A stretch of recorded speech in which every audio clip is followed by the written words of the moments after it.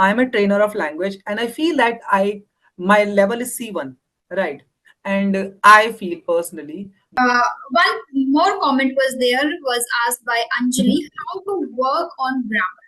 So it means that was a triggering point that triggered you to start Yes, with. yes. Hello everyone, welcome and welcome back to my channel. For new viewers, I am Rajni and you are watching Try to Thrive. Today I am back with episode number 3 of Feature 2 Fluency with a very special guest, Vishnu. Vishnu has been teaching English for 15 years across the world. He is a Josh Talk speaker too. He has shared a lot of insights, tips, and tricks which will help you immensely. Majorly, we discussed three things. First, how to expend lexical resources. It means how to learn vocabulary. Second, how long does it take to speak English fluently? Third, we discussed, is grammar really important to speak English fluently? Next, I would like to tell you about Feature to Fluency 2. There are two benefits if you watch or subscribe to my channel today. One is I invite advanced speakers or seasoned trainers in Feature to Fluency series. So you can get advanced conversation, words, tips and tricks which can help you. Second thing, I pick questions from comment box. So whenever I go for the next session, I post on my community post that if you have any question, you may ask. So I pick from there. So if you also have any question, any doubt, or anything you are struggling with, I want to help you directly. So ask the question in the comment box. I'll inform you before the next session in my community post. In today's session, we answered two comments. One was commented by Love Kush, second was commented by Anjali. Now you can enjoy the conversation. Hello Vishnu, welcome to the session. It's so nice, so wonderful having you here. How are you doing? I'm good. Hello, Rajni. Yeah, it's great meeting you, talking to you for the first time.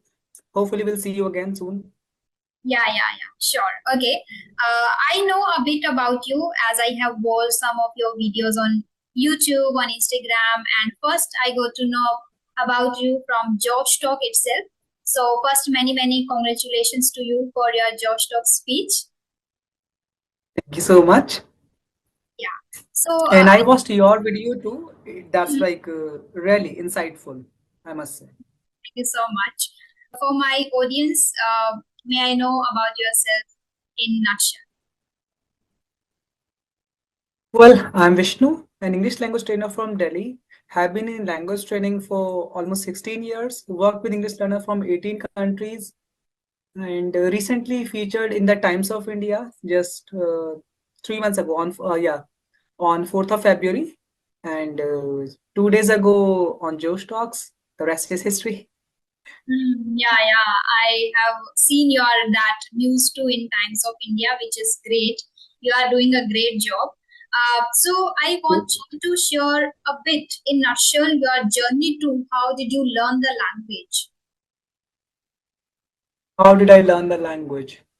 Well, like language learning takes time, but yeah, when you are hurt badly, there's a thing called physical hurt, there's a thing called emotional hurt, right? So when you are kind of emotionally hurt, or kind of, you can say inspired to, right? Mhm.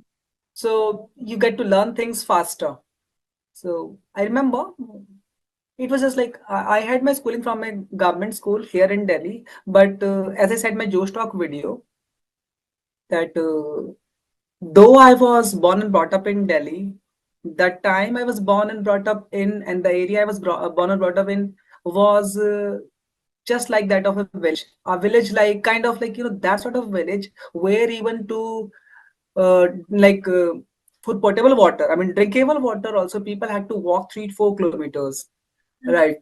And there was no power supply hardly, like once or 2 times in a week there was power supply. So that kind of city, Delhi, I was born and brought up in.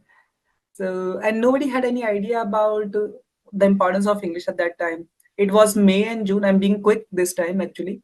So it was May and June fixed, like I was in 10th grade. So May and June fixed holidays. So, and I went to my hometown. So there, my grandfather asked me a question.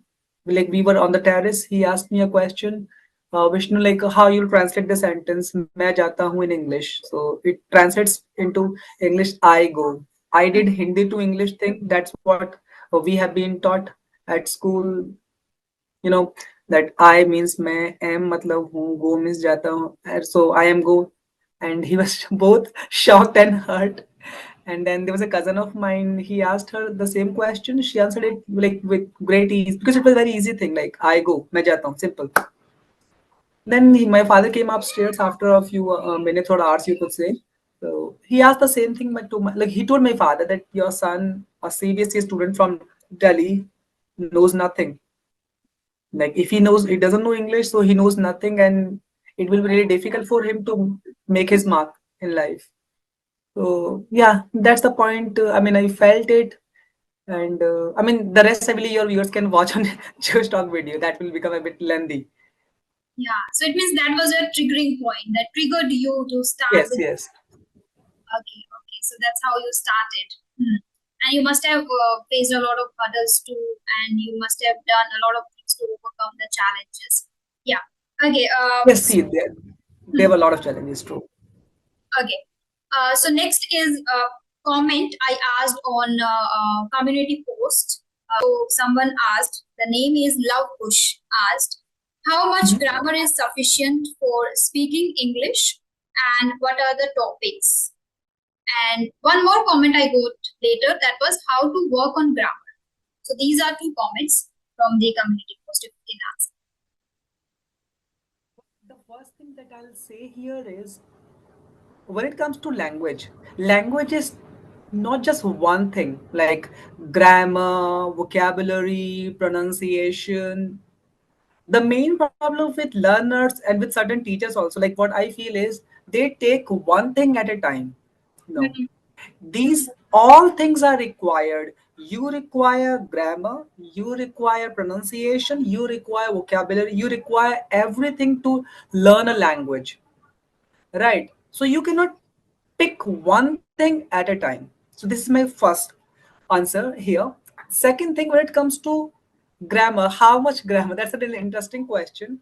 Hmm. Well, it depends. See, it depends on why you need English. As I said in my Josh Talk video, the second one, which is to be released, a lot of English learners are not actually familiar with their why, the purpose they need English for. If you need English just to score well at school, your demands for grammar are different. You want to score well at college and talk to people over there, make friends with them, demands are different. You are a homemaker, then you need to be able to speak at PTMs and to be able to talk to people around you, demands are different. You want to study or work abroad, your demand of grammar, vocabulary, pronunciation, everything is different. So first thing is how much grammar you need. To answer this question, you need to know how much you need it, right? What level you are, plus what are your reasons? What is your purpose for learning language? This is the level CEFR. That's called Common European Framework of Reference. This is standard for language, English language, decided by Cambridge. So on Cambridge, I train all my students following the same structure, so the Cambridge structure, and I assess their language skills on this scale, CEFR. So how much grammar you need to learn also depends on the grammar level you are at. The first level is called A1, then second is A2, then B1, then B2, then C1, C2.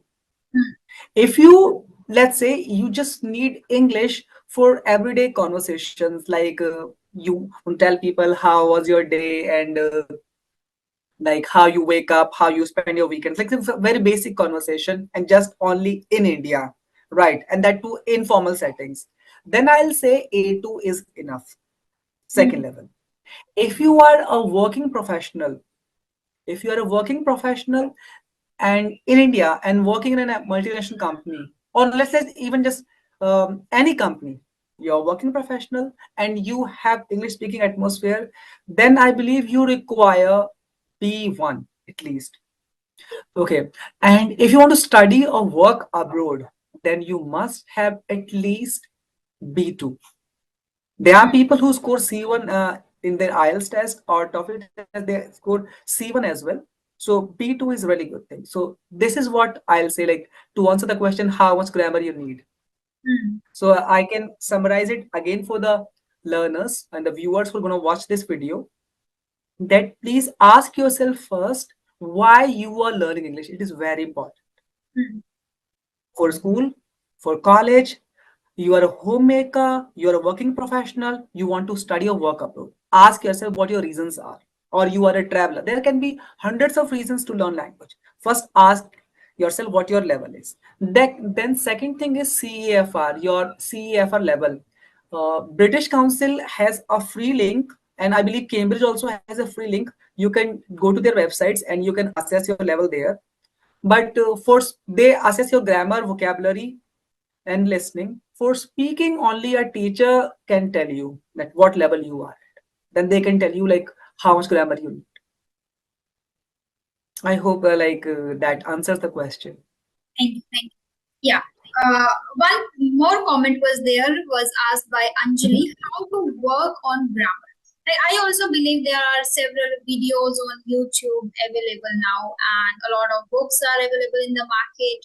But still, people are struggling to learn grammar properly for spoken English. So, how they can learn it? The problem is this: people, they, if you want to learn it, again, like as I said, like first you need to understand why you need English. Yeah, I forgot that one more point here. A lot of people learn English for competitive exams. If you are learning English for competitive exams, then you have to study grammar extensively. You need to go through a lot of topics. I'm a trainer of language, and I feel that my level is C1, right? And I feel personally that I know almost all the topics of grammar, right? Hmm. But if you ask me the technicalities, those who are preparing for competitive exams, they will tell you, like I have had such students who joined English classes also. So they will tell you the rules that you haven't even heard of the names of. Then they say, "Sir, this thing, this thing, this thing." And so, oh, it is this. Right. Then I explain it to them. So to work on grammar, I'll say work on everything. Hmm. Grammar is actually part of language, right? Hmm. And I believe that a language is a culture. So if you want to learn any language, develop the culture, the easiest way is through speaking. Our first language, for you and me, the first language is Hindi, right? So even if we haven't, like, even if we do not get to read any book on grammar, we still have a rough idea of things. We may not know the, like, what is Sangya, what is Sarvanam, but still, if a question paper is given, we can still take certain things. Why? Because it is our culture. So you first need to develop the culture of speaking. Hmm. Lot of students, they just mug up grammar rules and then they fail miserably when it comes to speaking. Yeah. Knowing a lot of grammar and being a really good speaker, fluent speaker, are completely different things, like as different as chalk and cheese, right? So I'll say, if you want to learn grammar, Hmm.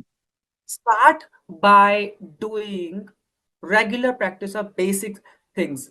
For Hmm. example, you someday, let's say you want to, if I, how I teach my students, if I want to teach them simple present, I don't even tell them that I'm going to teach you simple present. I never tell them I'm going to teach you grammar. I'll say, okay, guys, so today we are discussing everyday routine. I'll Hmm. give my idea. I wake up at 6 in the morning. As soon as I wake up, I drink a glass of water, slightly warm water. Then I go outside. I walk for like this. How I first tell my routine to them, and I ask them to note down if they need to note down certain things. Then imitate. Then they follow. Once they are done, then I'll tell them. See, in grammar they call this thing simple present. I call it a repeated action. So this approach works. Start with speaking. Okay. Start with speaking and Hmm. it works. You Absolutely. cannot just sit one day that today I will learn all the grammar, right? Hmm. No. I know like it happened to me, but it happens to very few people. Yeah, for competitive exams, if you're preparing, so you just you have nothing to do with the speaking, so you just memorize a lot of things, then you do a lot of practice. That way also you can do grammar practice. Hmm. Yes, yes. But it happens. I have seen a lot of students who prepare for competitive exams, right? They are taught a lot of techniques and tricks, whatever they call them, to memorize these rules. As soon as the exams are over, you ask these guys, they'll tell you nothing. Yes. Because language did not become a part of their life. Hmm. Whatever grammar rule you are learning. The problem, they say, as you said, like there are a lot of books. There are a lot of books, but all those books are teaching simple present, simple past, simple future. No book is teaching, okay, so let's learn everyday routine. Let's learn how you spent your yesterday, Hmm. how you celebrated your last birthday, how you celebrated your last birthday. Um, okay, yeah, how you spent your yesterday. It is simple past. Yeah. So teach the topics or learn the topics. If you have nobody, you still have a lot of content. So Hmm. go for stories. Go for stories where you see things in present, things in past. There's like a really good book by Charles Dickens, David Copperfield. Hmm. It has two, three versions. The anybody can download the basic version, David Copperfield. It has present and past, like they can go through. It's a very old classic, but it works. So Hmm. that's my answer to this question. Yeah, That you absolutely. cannot just need grammar. Hmm. Yeah, I have also started reading story books where I can get proper idea how they are constructing sentences in particular tense. So recently I uploaded a video too on my YouTube channel where I shared a short story of 3 minutes long that is totally in past, that is based on simple past tense. Yeah. And second thing, as you said, we should always create the environment where we can speak, right? Environment is very Exactly. important, and then get familiar with the words, with the language, with the patterns. Do not just learn or mug up by heart. That doesn't work. Uh, I'll add one more point here. Like at school, what do they teach? Noun. What is noun?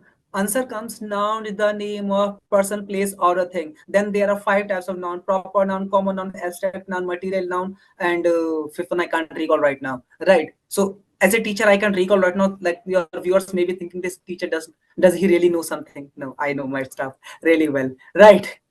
I can recall it. Doesn't matter. Okay, what matters is noun. Teach any kid or any new learner. What is noun? Any name is a noun. You teach it this way. This is called actually practical approach to language learning. What is Vishnu? Noun. Rajni? Noun. Specs? Noun. Hair? Noun. Any name is a noun.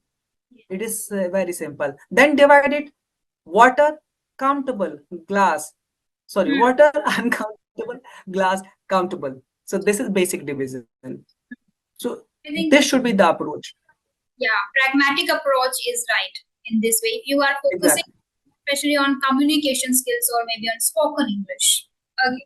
Yeah. So My yeah, next. like I'll just one more point I'll add here that the grammar books that we have at present, they are only focusing on English as a subject. They are not focusing on English as a language, as a skill. This is Hmm. where the main problem lies. Hmm. It If starts they from. teach you like let's learn about name, how to talk about names, Hmm. right? Then okay, the like any name is called noun in English. Simple. You Hmm. have to write bookish definition, you can write it any day. If Yeah, we. for exams, if you require, you can mug it up later. But first, understand the basics. That's where the problem lies. Yeah, yeah. Fundamentals we need to understand first. Okay, yeah. Any Right. easiest way to remember words, since it is again a big challenge which is faced by every English learner. So if you can share any tip which can help learners. Uh, Again, when it comes to learning new vocabulary, Hmm. I believe in this approach that have the words in context. Context is the king for everything, right? Hmm. If you just teach one word to a student, they may or may not like they may or may not be able to recall it next time when they have to use it. Okay, we are having a discussion. Somebody is, let's say, they are describing a friend of theirs. Then they comes up, sir, this friend of mine, once he starts talking, he doesn't stop. Hmm. I said, okay, they are talkative. Yes, sir, they are talkative. If I'm working with advanced learners, so I may say then like they are garrulous, voracious, Hmm. depending on the level vocabulary change. Hmm. Right. So So we context. Do not learn just one word, learn it in a context. And yes, reading plays a vital role when it comes to improving your vocabulary. Because reading means you are reading a complete context. The words you come across, the new word, that's what my approach has been, and the same I tell my students. If you come across a new word, a new phrase, even if you understand it, sometimes you're like, if you have been reading for long, you have the habit, you understand through the context what this particular word or phrase mean there. But still, when you find time, go to Oxford or Cambridge dictionaries. These are dictionary I always refer to online. Go to Oxford dictionary or Cambridge dictionary, check the meaning, write down 3 4 sentences. If you cannot write it down, you find it tiring because of your any, like you are working or you are studying, you have a hectic schedule. What you could do is you could still save the words somewhere, right? Just write down the word that on a notebook or something, that this word I have read. And whenever you find time, at least once a week, whatever you have read, just open, I mean, sorry, just go to the uh, this Oxford or Cambridge dictionary, visit the website and write down look at those sentences. And if possible, write down some sentence that you feel was part of your life, like something happened yesterday, today, and you saw. So you, like I told you, like that there's a word garrulous to talk about somebody who talks a lot, right? People say like I'm also garrulous. so so what you can do, like today you saw somebody, so you can say like, yeah, I met a person during a YouTube conversation, he was garrulous. You wrote it down, your sentence. So Hmm. that's again a way to learn and memorize the vocabulary. Yeah, yeah. I have been And doing what this. do you say? Yeah, I have been using this technique. One is this: I relate the word with the situation. Maybe either it can be in present or it can be in past, or maybe if something is there in my plan that I'm going to do in future, I try to connect with that situation, the word, particular word. And second, I use like whenever I come across any new word while reading or while listening, I note down somewhere, and then while having conversation, I keep those words in front of me so I can deliberately use. So once they are in my mind, particularly they are registered in my mind, then I switch to the next one. So I don't go like learn 10 words or 20 words in a week. No, I just pick 1 to 2 words, and first I master those words and then I switch to the next one. So like this I remember words. And this works for me actually. I mhm. Yeah. Sorry, I People interrupted. You were adding something. things that work well for you actually. Only then you can improve fast. There's one more thing that I do. This thing called collocation. Collocation means like the correct pairing of words. I hope you're familiar with that, right? So let's say the word mistake. So the lot of students say do mistake. I have seen even teachers' videos, they say do mistakes. So the correct word here is make mistakes, right? And you may also add the word commit. Okay. Hmm. So collocation, Oxford also has one collocation dictionary. You just type Oxford collocation dictionary, or you simply type on Google collocation with and put that word in inverted commas. Let's say mistake. The Hmm. dictionary will appear. Then you can check all the collocation means the right. You can talk about mistakes, like a mistake can be silly, a mistake can be stupid, a mistake can be grave, serious. So these are adjectives. So what are the adjectives? Describing words in simple language for viewers. Describing words you can use with a mistake, right? The verbs you can use with mistake. The fixed phrases you can Hmm. use with mistake. Mistake as a verb also. Like I know I called, Rajni, I called you up today and your mother picked up and I mistook your mother for you. So when you are opening a collocation dictionary, with just one word, you will get to know, roughly speaking, 10 to 15 new words. This is also a really good approach. And it has worked for all my learners. Wow. Learning the collocation, like pairs. Hmm. This is something I think great, wonderful. It is impressive if somebody follows that, it would definitely help them. And in the way when they are actually preparing for interviews, and if somebody wants to learn English faster, there are some people who want to learn English in just 1 month. 2 months, so maybe they can finish. I don't Well, believe. that doesn't happen. Yeah, but there are some people who have this mindset that they are going to learn in just 1 or 2 months. I know because we have lived this journey. We are learning and we have been doing it for really a long period of time. So we know, we understand that now it takes time. It really takes time and we need to put efforts persistently. When students come to me, I'll answer this question. Like, if somebody may have this question, like, can we learn a language, let's say English, because we're talking about English here, in 2, 3 months? Okay, my answer is very simple. Like, because I have worked with students from across our country and with foreign countries too. That what's your first language? Whatever, let's say Hindi, Telugu. Let's talk about Indian languages: Hindi, Telugu, Urdu, Malayalam, whatever for that language. So then I ask them, if I ask you, like, my command of your language is next to your command of English, right? Or you, I mean, like, your knowledge of English and my knowledge of your language are equal. Now I ask you to teach me your language in 3 months or 4 months. Can you do that? And I want to be as fluent as you are in your language. Then they get the answer. That language is a culture that develops over the years. Our first language is Hindi. I can sitting here tell you hundreds of words which you may not be familiar with, you may not have never heard. So that doesn't mean like you're not fluent in English, sorry, Hindi. You do not understand things. You are still doing things effortlessly, right? Okay. Next, I want to know how idioms make our English sophisticated. Well, I would say that idioms or proverbs make language sophisticated. I'll use a term, they make the language more impressive and powerful. Hmm. Because in our first language also, like, I use a lot of times, I use like proverbs and idioms to make my point. Okay. So same goes with English. Same goes with English. Like, I'll give a very common one that people say, like, I don't like it. I don't like it. So they say, like, it's not my cup of tea. Right.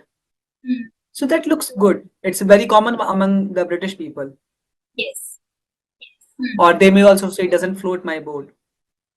Yeah. So idioms actually do.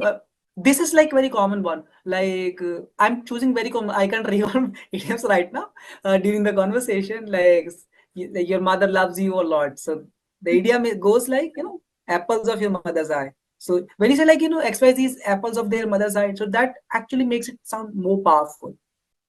Wow. One idiom I used a few minutes ago, that if we talk about two people or things, they are completely different. So we can say, my sister and I are as different as chalk and cheese. Hmm. Chalk and cheese both are white, but one thing you can eat, one thing you can write with. So Yes. we are completely different. So when you're like, my sister and I are chalk and cheese, even if people do not know the meaning, through the idiom they'll understand, like, chalk and cheese, though white things, are Yes. completely different. Hmm. So they are actually making your language more powerful and more impressive. So I always ensure that my students are learning some new idioms, phrases, and this proverbs. Great. Okay. I have learned some of the idioms. Not. I don't use often, but sometimes I use while having conversation with people. Okay. Next, I want to know. Can you just throw some light on importance of English and how English actually changed your life? Importance of English. Well, I started teaching online in March 2020 when Corona thing happened. Right, I lost my last job. I was working with the Hindustan Times, the company. Actually, the Hindustan Times had a product like English language centers across Delhi NCR named English Mate. These were the English centers by the Hindustan Times. So when they left, I started teaching online. And when I started teaching online, I started working with learners from developed countries like France, Germany, Russia, such countries also. Then Hmm. I got to know that yes, English is actually changing lives everywhere. These are developed countries. Why do they need English? Even in their countries, Germany requires German only. But yeah, there are people in Germany also, they need English. France, Russia, Spain, these are the countries. If you do not have B1 level, in many companies, they do not give you the jobs.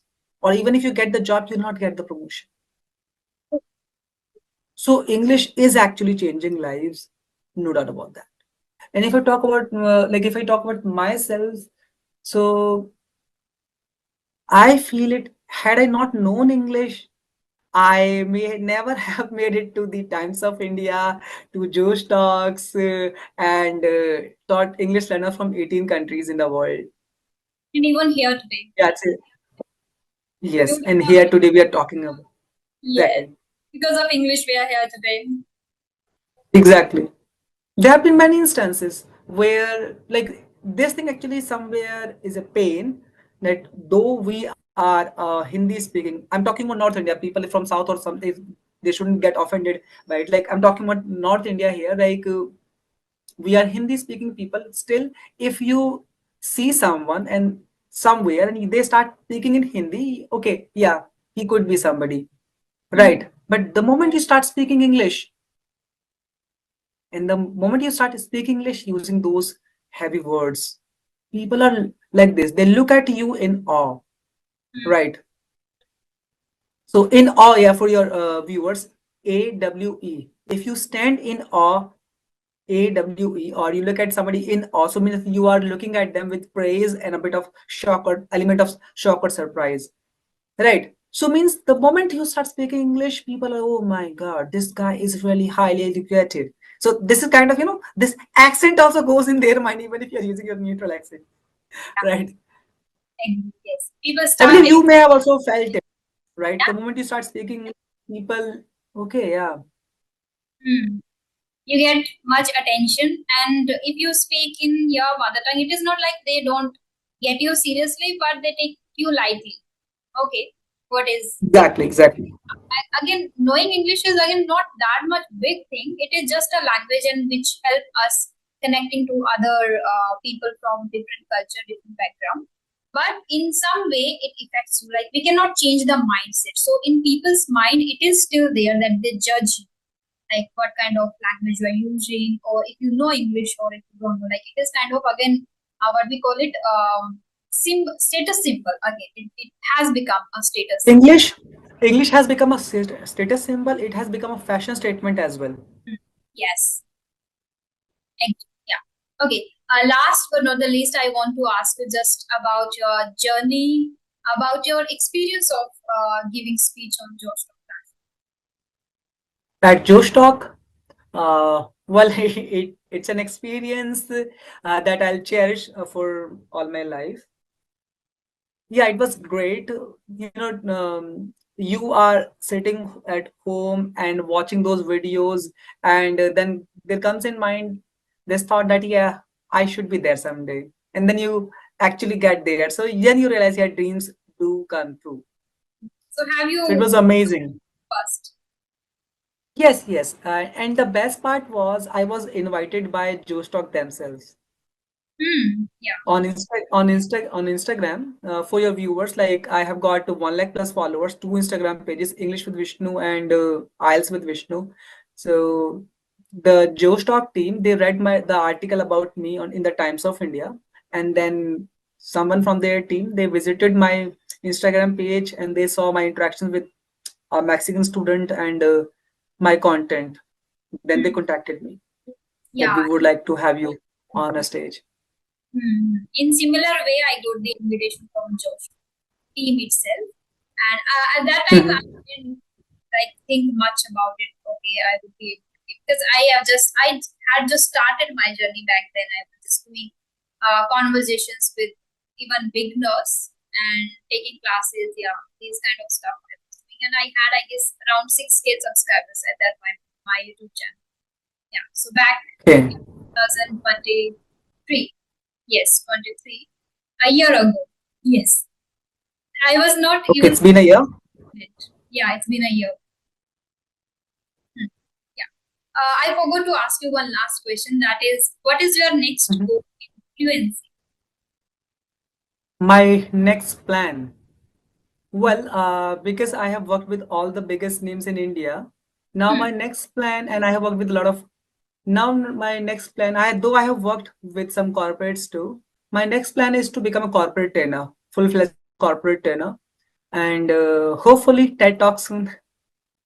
I'm Oh, in talks with certain people, and hmm, next month the Hindustan Times also is going to publish an article about me.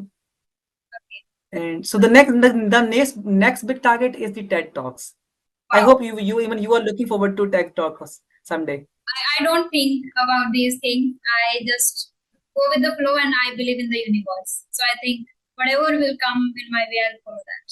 That is my plan.